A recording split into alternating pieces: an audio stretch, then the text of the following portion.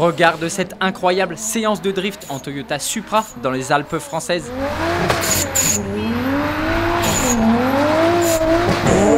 Sacré coup de volant, hein. Allez, c'est parti pour ton Automoto Express. Un concept car très étonnant chez Dacia. Le constructeur roumain a présenté Manifesto, un concept car sans porte, sans fenêtre ni pare-brise et avec des pneus sans air. Pour Dacia, l'objectif de ce véhicule est de ne faire qu'un avec la nature. Malheureusement, le concept Manifesto ne verra pas le jour. C'est vraiment dommage parce qu'il a une sacrée allure et pas mal d'idées géniales.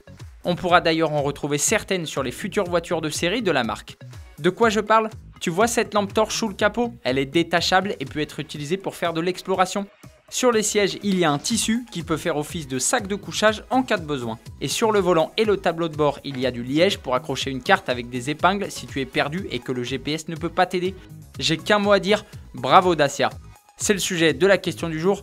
Penses-tu que Dacia devrait sortir ce véhicule ? J'attends ta réponse dans les commentaires. On connaît le prix du Renault Austral. Même s'il a été présenté il y a plusieurs mois déjà, voici une piqûre de rappel. Le Renault Austral, c'est le SUV compact qui doit faire de l'ombre au Peugeot 3008.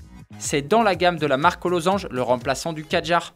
33 400 €, c'est donc le prix qu'il faudra débourser pour l'Austral en entrée de gamme avec le petit moteur de 130 chevaux couplé à un système micro-hybride de 48 volts en finition équilibre. Il dispose par exemple de l'aide au parking, carte d'accès et démarrage main libre ou encore des passages de roues et bas de caisse noir brillant. Pour s'offrir la version la plus haut de gamme, il faut cette fois débourser près de 45 000 €. À ce prix-là, tu as un Austral hybride de 200 chevaux en finition iconique Esprit Alpine. Elle remplace la finition RS Line. Le Renault Austral sera disponible à la commande demain, le 20 septembre. Les super-héros ont des voitures. Une société de chauffeurs privés s'est inspirée de l'univers Marvel à l'occasion de l'ouverture d'une attraction Campus Marvel Avengers dans un célèbre parc d'attractions parisien. Elle a présenté 2 voitures largement modifiées. Sais-tu sur quelle voiture il se base ? Pour l'une des deux, c'est assez facile. Et oui, il s'agit d'une Tesla Model S. Ce véhicule fait écho à Tony Stark alias Iron Man.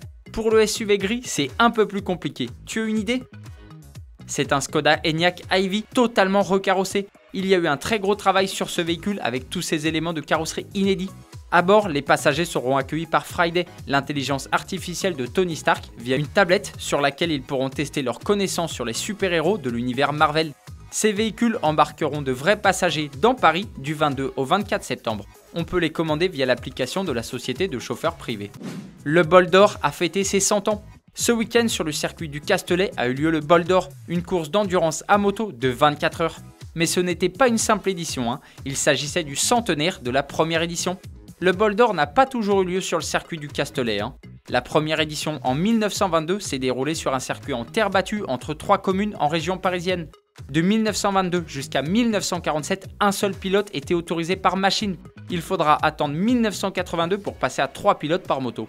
Le Bol d'Or a connu beaucoup de circuits en France. Montlhéry, Bugatti, Castellet, Manicourt. Ce n'est qu'en 2015 que le Bol d'Or retrouve le circuit du Castellet avec sa fameuse ligne droite du Mistral.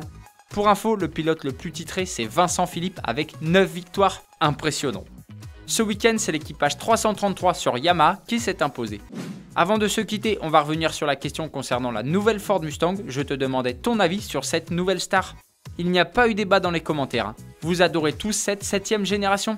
Automoto Express, c'est terminé pour aujourd'hui. À demain. Allez, ciao !